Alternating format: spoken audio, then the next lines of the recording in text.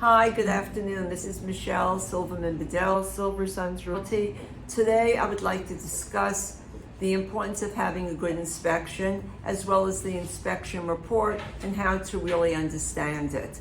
First of all, you should be a licensed home inspector. They all are licensed today. You can also use an architect or an engineer to do the inspection if they are comfortable doing it. When they do the inspection, they'll start on the exterior of the home. They look at the roof. They check the exterior. They walk around the house. They'll look for any structural issues. They also check for termites on the exterior of the house. They will look at the way the landscaping is affecting the house and if there are any tree roots that are very close to the house and could penetrate the house and interfere with the structure. Once they go inside, they check typically in the basement first. Most inspectors start in the basement. It's really where the guts of the house is.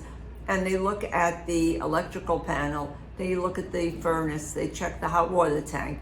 With the electrical panel, they'll be concerned if any double tapping or if any moisture is in the panel. They will make note of those points in their inspection report. They also check if there's a sump pump in the basement and if any water is accumulating in any parts of the basement or if any moisture is penetrating. They also look for mold. Now on the what's called a property condition report, mold has to be accounted for and disclosed. In addition, in the basement, they will look for any structural deficiencies in the walls, any cracks, significant cracks. They also check the windows and if there are any window wells on the outside.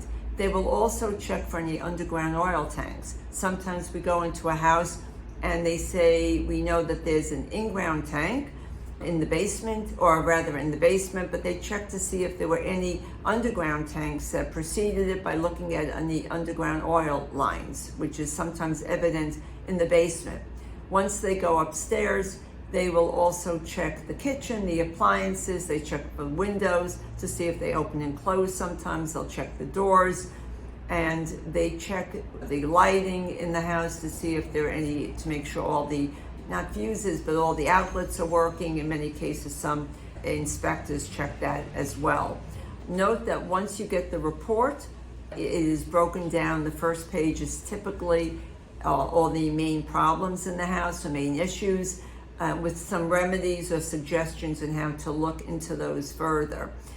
They also highlight it by section, so you look at the electrical section, they look at the basement. Each person breaks down his or her inspection report differently, but basically they itemize them if there are electrical issues or if there are plumbing issues, and they often take pictures and circling those deficiencies. So you can then have a contractor or a roofer come in and look. Note when they check the roof, there'll be a part on the inspection report that discusses the roof.